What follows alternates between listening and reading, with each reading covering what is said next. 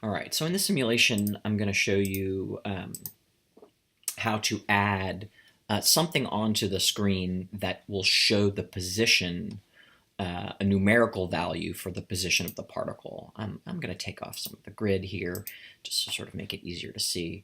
So this is a simulation that I showed you how to do before in a previous video where we did simple harmonic motion and made it so that a graph appears simultaneously. What I now want to show you how to do is how to make a point on the space that will give a numerical value for the position that updates as the simulation runs. And so what I'm going to do is if I want a position for the particle, I'm going to define a new variable that's capital X. And all this does is it calculates where the particle is at the current time in the simulation and stores it into a variable capital X. So what I can now do is create a point in the space. And here's something that I haven't shown you how to do yet.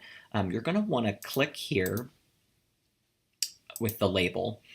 And you're going to want to do a couple things.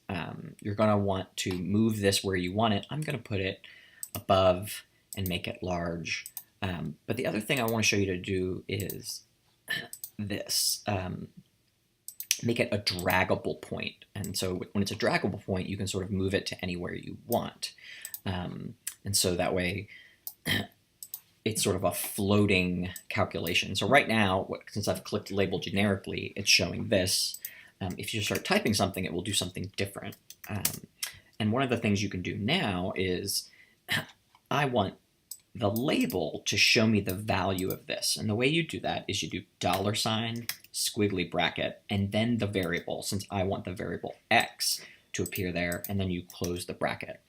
And so right here is the particle is at the location 1 at the start of simulation. There is there. And you'll notice here that, man, I do not want that much precision in my data.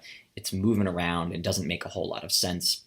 So what I like to do is to use the round function. So if I round this, it's going to do that. And the problem with the round function is it always rounds to a whole number. And so you can see it's only showing the values 0, 1, and -1. There's probably other ways to do this, but my cheat way of doing this is to multiply the value by something like 10. And then what I do is divide by 10 afterwards. And what that does is it makes the number bigger before it rounds and then divides it back down. So this, now the precision is there. If you want higher precision, you could sort of multiply by 100 and then divide by 100.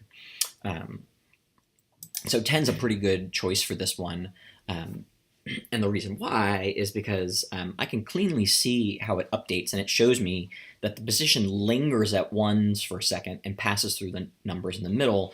But if I were to make this sort of too much here, then it's just sort of moving so fast and I have a harder sense of what's going on. So you sort of need to pick a value that gives you some sensible things. What you can also do is add units. So I have position is a word, and then it plots the variable and then meter after it. So it's pretty cool.